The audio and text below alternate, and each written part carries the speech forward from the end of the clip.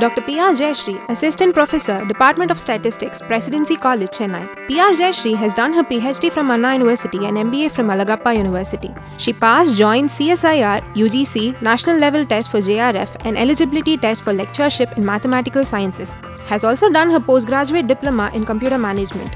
She has 17 years of experience in teaching and published 14 research papers in international and national level. Has presented, participated and organized conferences, workshops on SPSS and Torah software. She is a life member of Tamil Nadu Statistical Association and Indian Society for Probability and Statistics. At present, she is guiding 2 research students of Madras University. Welcome to UGC lecture series on mathematical sciences. In this lecture, we are going to see some limit theorems on probability. So, before going to the lecture, we are going to see about what is probability theory, what do you mean by convergence in probability, strong law of large numbers, weak law of large numbers, and the very important limit theorem is a central limit theorem along with the Lendeberg-Lever theorem with the illustration for central limit theorem and some assignments. So, before going to our main topic of limit theorems, we will have certain definitions. So, first of all, what is a population? So, a population is a group of objects under study in which we want to make some inferences. So, next is what is a sample? A sample is nothing but the subset of the population. So, a sample is we are taking the subset or some objects from the population and we call that as a sample. An experiment is a set of positive outcomes that can be repeated. So, what is a random variable? It is a function which assigns every outcome of an experiment to a numerical value. That means the sample space has been given a domain and the range to be the real line function, and that function we call it as a random variable. So, what is this probability theory? So, it is an attempt to work mathematically with relative uncertainties of random events.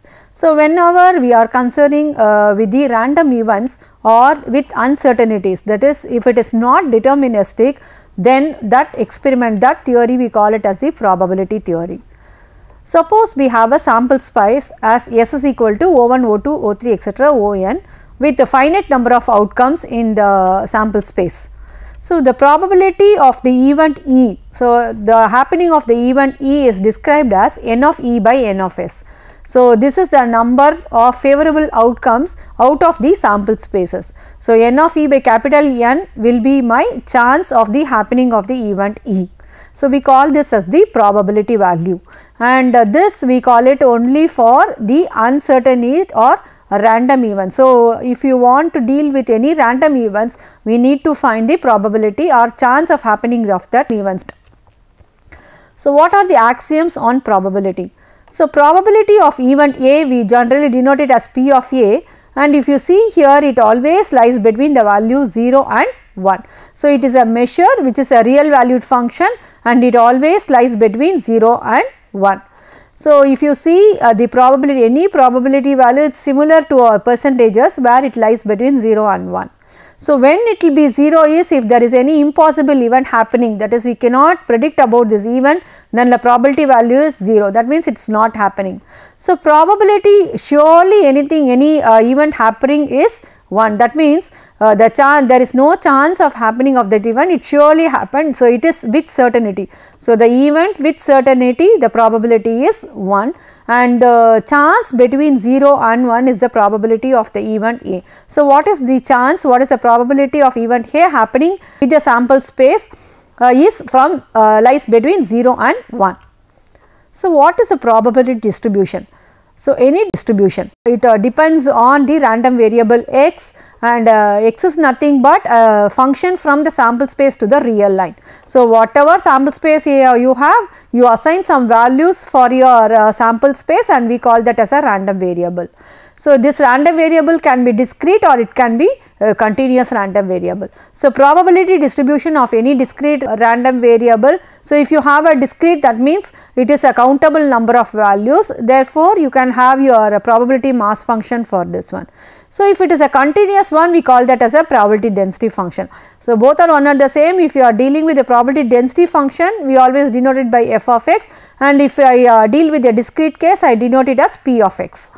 And the condition for this one is, for the density function to exist, is f of x is greater than or equal to 0 for all x in R, and the totality of all f of x, that is integral f of x dx, is always equal to 1 for x lying between minus infinity to plus infinity, and the probability of a less than x less than b is nothing but my integral value a to b f of x dx. So, you can always have integral a to b f of x dx for all a less than b, and this is my probability density function. So, I have to define mass function or a density function for the probability distribution. So, what is this convergence in probability? A sequence y1, y2, say they are nothing but the random variables, and it converges to a number a. So, what I do is I have a convergence of this sequence, and I say that it converges in probability if n tending to infinity. So, as my n increases, so tending to infinity means a very large n. So, if I have a very large number of sequence and if it converges to a limit a, then the probability of this value, that is yn minus a, is less than or equal to q, and this probability converges to 1 for any fixed value of q greater than 0. So, that means this difference yn minus a is less than or equal to something like equivalent to 0 means what? It converges. So, it almost surely, I mean we convergent to this yn always convergent to a. So, if it converges to 1 means sure event. So, the probability converges to 1 means it is a sure event, that means my yn converges to point a. So, this is equivalent to saying that this is tends to 0. So, if here I have convergence to 1, whereas here it converges to 0, the only difference is it is less than or equal to q here, whereas here it is greater than 0. So, 1 minus 1 will be 0 here, because 1 minus of this probability will be 1 minus of yn minus a less than or equal to q is nothing but probability of yn minus a greater than q. So, therefore, 1 minus 1 will be 0 here. So, either you can state your probability in converges like this or like this. So, as n tending to infinity. So, if you have a convergence like this, we call that as converges in probability, that is this probability value converges either to 0 or to 1. So, what is this law of large numbers? So, according to this law, the average or the mean of the results obtained from the large number of trials. So, here law of large numbers means when the number of trials becomes very large, then the average result or your average value will be equivalent to your expected value of the population. For example, according to this law of large numbers, the proportion of hits in large number of coin flips. So, if I flip a coin, unbiased coin, some 1000 or 2000 number of times, and if I note my number of hits, proportion number of hits, generally it will be approximately equivalent to half. So, if it is an unbiased coin, definitely as n increases, then it will be equivalent to half, and this says that this law of large number says as the sample sizes increases, then the average will be, the mean value of the sample will be equivalent to your expected value of the population. So, there are two different versions of saying the law of large numbers, and they are given below. So, the two versions are, one we call it as the strong law of large numbers, the other one we call it as the weak law of large numbers. So, x1, x2, etc. is an infinite sequence of id random variable with expected value, as so we denote the expected value of x1, x2, etc. So, this is a sequence, and I denote my expectation of x1, expectation of x2 as mu. So, both the law states that, so both your weak law of large numbers or your strong law of large numbers states that the sample average, that is the sample mean, is approximately equivalent to your population mean as n tending to infinity. So, this means it is not infinite number of values, but it is a very large value. So, if your sample size increases enormously, then your expected value, that is your sample mean, will be equivalent to your population mean. That is what the weak law of large numbers and strong law of large numbers states, but there is a slight difference between, we will see it later. So, what is that weak law of large numbers? So, as I told you, x1, x2, etc., x3, this is a sequence of independent random variables with common distribution function, and we state that mu is equal to expectation of it, that is the sample mean and the sample variance here. So, you can very well find your sample variance and sample mean if you have a sample of observations, and I denote Sn as the total of all my random samples. So, x1, x2, etc., xn, and Sn star I denote it as Sn by n, and this is nothing but my sample mean. So, Sn by n is you total all your random samples divided by the number of observations. So, this will give my expected value for my sample, and I subtract it from the population mean. So, if you see here this Sn star, so this Sn star mean value is equal to 0 and variance is equal to sigma squared by n. So, what it states is the sampling distribution for my mean. So, if the mean value is equivalent to your population value as n tending to infinity. So, for a sample space n is very, if my sample size is very large, then this Sn star, that is Sn by n minus mu, will be equal to 0, my expected value will be 0, and the variance of this Sn star will be equal to sigma squared is nothing but population standard deviation divided by n. So, what it states is, so here it is a chance of happening this Sn star. So, modulus of Sn star is greater than or equal to epsilon, and this epsilon is a very small number which is equivalent to 0, it approaches 0 actually, it is less than or equal to 1 by epsilon squared into variance of Sn star. So, for epsilon greater than 0 as n tending to infinity, probability of modulus of x1 plus etc. xn by n, that is my Sn star minus mu is greater than or equal to epsilon, tends to 0. So, this probability tends to 0 means what? This sample mean is equivalent to your population mean. So, this cannot be greater than or equal. So, it is an impossible event. Tends to 0 means it is an impossible event. It cannot be greater than or equal to 0. So, some value greater than 0, it cannot happen. Therefore, this value will be equivalent to, that is sample mean is equivalent to your population mean as n tending to infinity. So, this population is very, so this weak law of large number states as the sample size increases, my sample mean will be equivalent to your population mean. So, we will see an illustration. Let xi be independent identically distributed Bernoulli random variable. So, Bernoulli means you have only two outcomes, x is equal to 1, that is for success we always denote the probability as p, and for failure it is 1 minus p, which is q. So, we are taking IID Bernoulli random variables, and k is equal to x1 plus etc. xn represent the number of success in n trial. So, we denote the sum of all these random variables x1, all these Bernoulli random variables, and we denote it as k. So, weak law of large number states that in Bernoulli distribution, so k by n is nothing but sample mean minus the p is nothing but the, I have already denoted, p is equal to probability of success. So, minus my probability of success, and this is from the random samples. So, out of n trials, k heads happening. Therefore, this probability is k by n minus p is greater than epsilon is less than or equal to pq by n into epsilon square. So, that is the ratio of the total number of success to the total number of trials tends to p as n increases. So, if you see as n tend into infinity, this will approach to 0. So, that means my k by n is approximately equivalent to my p value. So, it essentially states that for a non-zero margin specify no matter how small with sufficiently large sample. So, this is very important. As you have a very large sample, very high probability that the average observations will be close to your expected value. So, average of this sample observations, actually this is a sample observation and your expected value is for the population, and these two will be very close as n tending to infinity. That means for a very large sample size. So, convergence in probability. So, this is weak law of large numbers is nothing but it is similar to your convergence in probability. So, convergence of random variables we call it as the weak law of large numbers. So weak law applies in the case of IID. So only if there is a IID random variable, that is independently and identically distributed random variables with an expected value. So if you have only that, the weak law will be applied for only for a IID random variables. So what is this strong law of large numbers?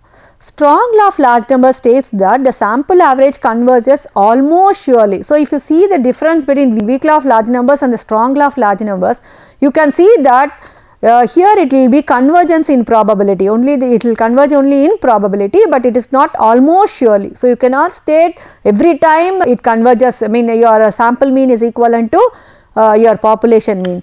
So in strong law of large numbers, it states that the sample average converges almost surely to the expected value, that is your population mean. So if you see your sample mean as x bar and it converges to population mean mu as n tending to infinity, that means whenever your sample size is very large, it almost surely approaches your population mean, that is your sample average approaches your population mean. So that is what here I have noted as n tending to infinity, probability of x1 plus etc xn divided by n, that is my sample mean minus mu, it will be equivalent to this probability, surely it will happen and it is equivalent to 1. So that is why I mentioned it as almost surely. So if you see in strong law of large numbers, as n goes to infinity, the probability that the average of observations is equivalent to the expected value. So average of observations is nothing but my sample observations, and if I take the mean of my sample observation, it is equivalent to my expected value of the population, and this probability value exactly it will be equivalent to 1. That means what? Almost surely, definitely, as n tending to infinity, the average of the sample mean is equivalent to my population mean. So almost sure convergence is there in my strong law, whereas the probability convergence is there in my weak law. Consider n rows of a die. Xj be the outcome of the jth roll. So I have n rolls of a die, so I am going to roll a die for n times and I denote xj as the outcome of the jth roll. So Sn is nothing but my x1 plus x2 etc. Xn is the sum of n rolls. So this is an independent trials with the processes. So you can always find what is the expected value of this. So it is nothing but expected mean value is x into f of x, this is 7 by 2. So thus by the law of large numbers, so if I have this one observation, this is my sample mean. So whenever I observe the outcome, I denote it as my x1, x2 etc. So I will take the mean of my observations and divide it by n minus 7 by 2 is less than epsilon tends to 1. That means my probability value almost surely it will tend to 1, that is this will happen as n tending to infinity. So next we will see what is this central limit theorem. So we have already seen about the weak law of large numbers and strong law of large numbers, and this central limit theorem states that it is something like you are standardizing your normal distribution, that is standardizing in the sense we take the random variable minus the expected value divided by the standard error. So central limit theorem as n tending to infinity, what it says is, if you have the number of observation as x and if you can find a mean value and you can find your standard deviation for the observations, and x minus mu by sigma is always follow a standard normal variate. So it will be a standardized value and it will follow a standard normal variate. So whatever the observations you take as your x, and if you subtract it with the mean and divide it by the standard deviation, it will follow a standard normal variate with mean 0 and variance 1. So that is what central limit theorem states. So it is a powerful tool that can be used to establish a sampling distribution of the standardized sample average converges to a standard normal distribution as the sample size. So here also if your sample size increases very large, then your x bar minus mu divided by your sigma approaches a standard normal variate with mean 0 and variance 1. So what it states is the sample mean is very closer to the population mean. So this CLT gives you that the central limit theorem gives you that the sample mean as n tending to infinity, definitely your sample mean will be equivalent to your population mean. So the average square distance from the mu equal to the variance divided by the size of the samples. If you want a sampling distribution for x bar follows again the mean value and the standard deviation as sigma by root n. So, if you see from the central limit theorem, the average unsquared distance from the mu equals to the standard deviation divided by the square root of the size of the sample. So, what it gives is, if you take your x bar as your sample mean and mu as your population mean, so find the difference and divide it by the square root of n, and that will approach your standard normal variate. The sample mean fall into a more and more perfect normal curve. So, if you have your x minus expectation of x divided by standard error, definitely it will follow a normal curve as n increases. So, only for large samples you can have like this. The above state fact is called the central limit theorem. So, central limit theorem says that as n tending to infinity, that is for a very large sample, your x minus expectation of x divided by the variance of x always follow a standard normal variate with mean 0 and variance 1.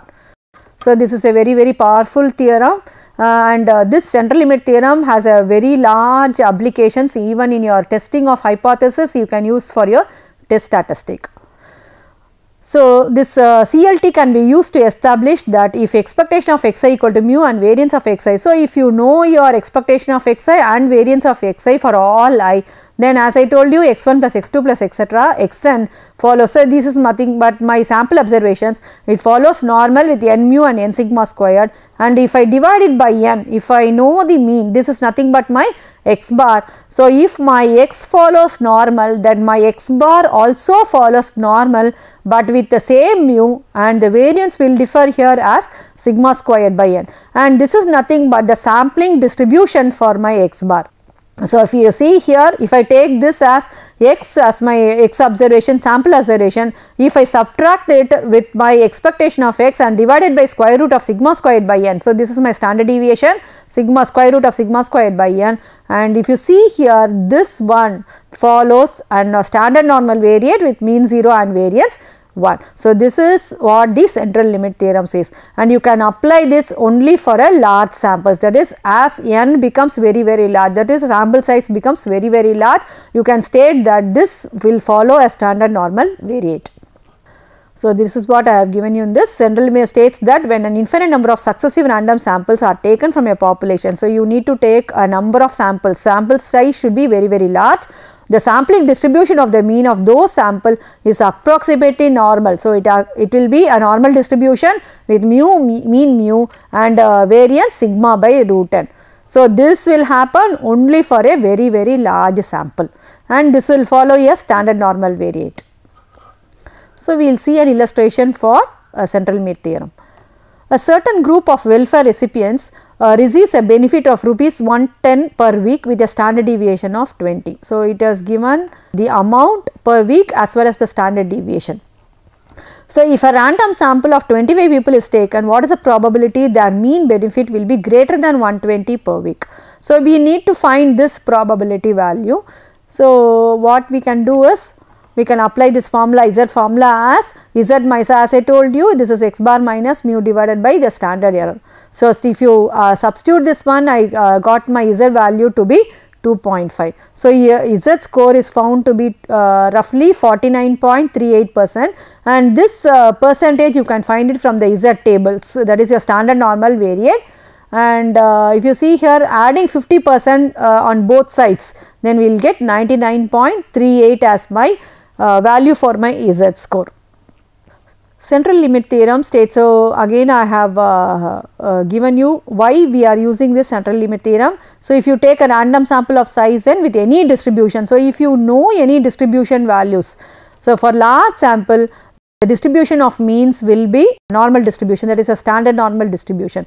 So, for any very large sample, and if I know any distribution, so which is not normal, again I can standardize it to a normal distribution by using my central limit theorem. So, that is what I am saying here, and if I want to prove this one, so for any distribution of means is approximately normal, I have an illustration for you. So, let us assume that there are 6 units in my population. So, how to find the mean value of this 6 units? Just add and then divide it by 6. I am getting the mean value to be 3.5. And the standard deviation, it's very easy, 1 minus 3.5, 2 minus 3 point, you have to square it, summation of xi minus x bar the whole square divided by n, that will give my population. So, this is my population unit, and I can find my population mean and the standard, standard deviation for the population. So, now what I do is, you can take a sample of size 2 or size 3 from this population with replacement or without replacement, and I can find the mean values. So, for example, I take the sample of size 5. So, I have taken 5 units, any 5 units you can have with replacement or without replacement, you can find the mean value. So, similarly you can take 10 samples from this. So, every 1, 1, 1, 2, 1, 3 like that you can take it as for 10 times. So, your sample size will become 10 and find the mean value. So, similarly as the time increases, see.